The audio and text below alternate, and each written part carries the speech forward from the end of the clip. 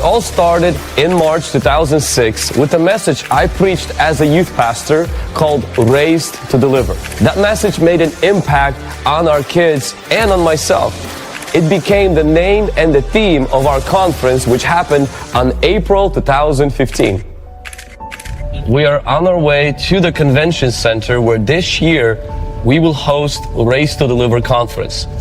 As I'm remembering how the Raised to Deliver started, the first Raised to Deliver, we saw already God marking those conferences with healings, deliverances, as well as invasion of God's kingdom. There was a guy named Nehemiah. He had asthma since birth. And there on our first conference, God healed him. He's still healed till this day.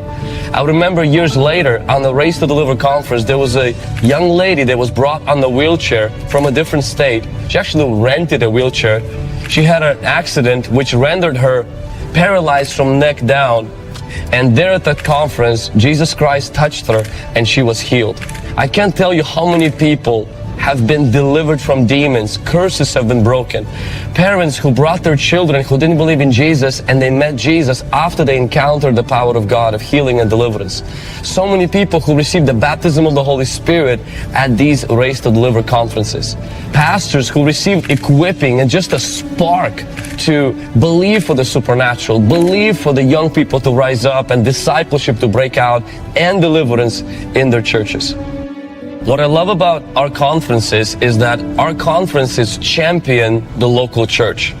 And our Raised to Deliver conference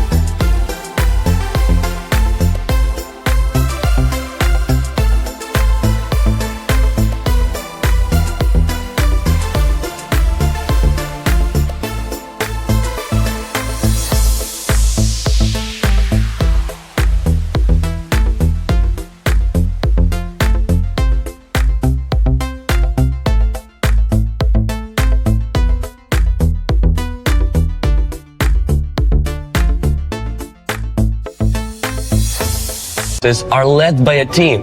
A lot of times people see us online and they think it's a one-man show, and they arrive, they get surprised that there's a powerful, dynamic team of men and women of God who minister alongside and who touch people's lives through the ministry to those people. Also, what's interesting about Raised to Deliver is when people come, they realize it's not just the deliverance that happens at the altar.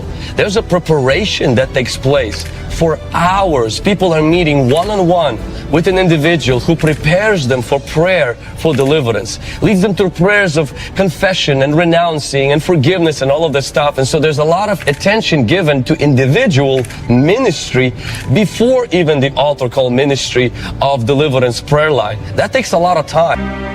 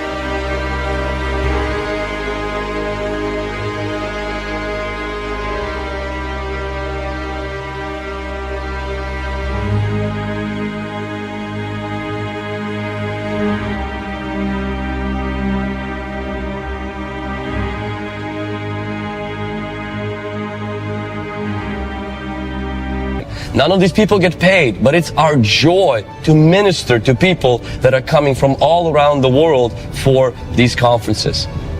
When you come to the Race to Deliver conference, you will see something that in Hungry Gen's church, deliverance is a part of a discipleship process. Deliverance is not the goal, it's the means to a goal.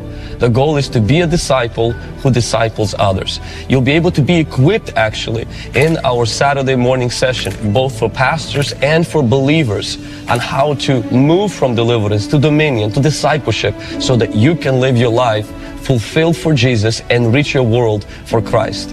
Now, let's go and see where this year's Race to Deliver is going to be at.